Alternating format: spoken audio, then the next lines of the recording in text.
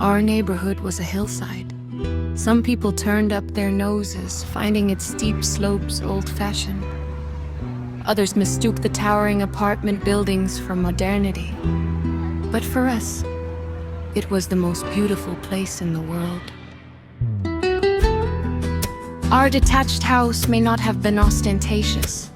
Some of its walls were warped from dampness, but beneath those red tiles our laughter remained hidden for years. Even now, I can hear the crackling of the stove.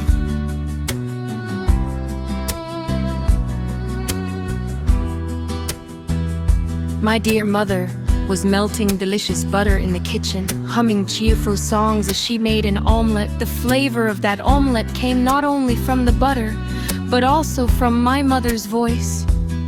The neighbor girls must have seen that flashy Cadillac that came to the neighborhood yesterday. The gossip had already begun.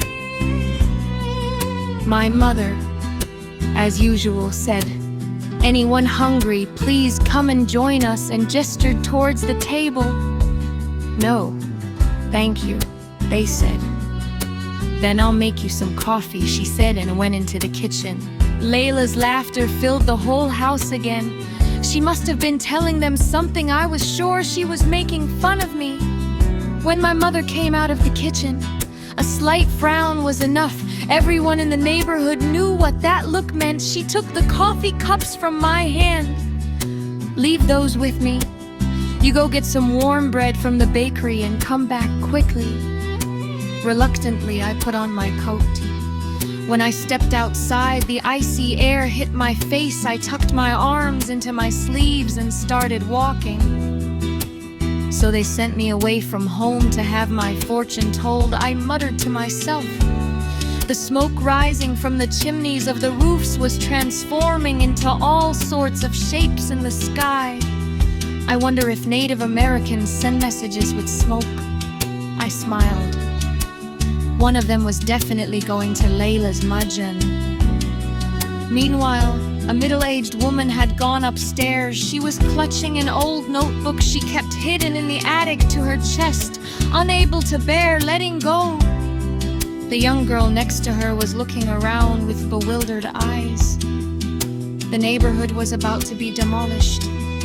25 houses, dozens of childhoods, hundreds of memories, all would be gone with a few bulldozer strokes.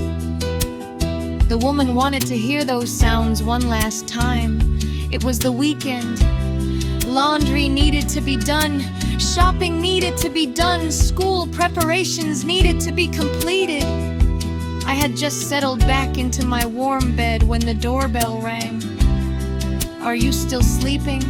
Get up and open the door," my mother called.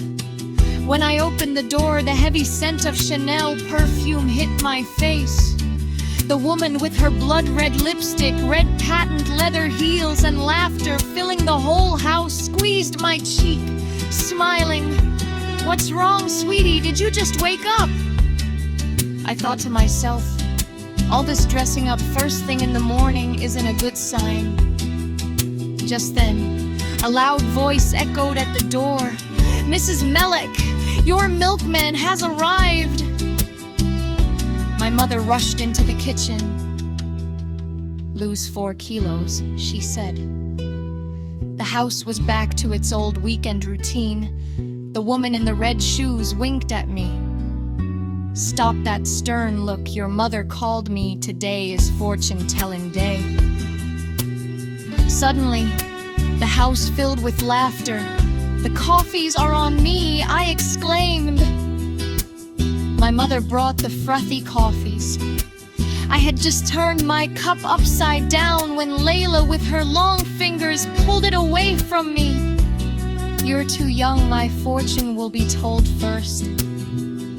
Muttering to myself, I headed towards the window. Just then, a sound came from the garden. Layla's lover. He was making hand gestures at me from behind the wall. It was as if he was saying, "Don't give anything away." For a moment, he lost his balance. His hands scraped against the stones. He must have been hurt. The sun was shining outside, but the air was still chilly. The mist was slowly lifting from over the mountains. I could see the cable car from my room window. It was slowly rising upward. I smiled to myself. Those who put me in the attic room may have been unfair, but the best view was still from my room.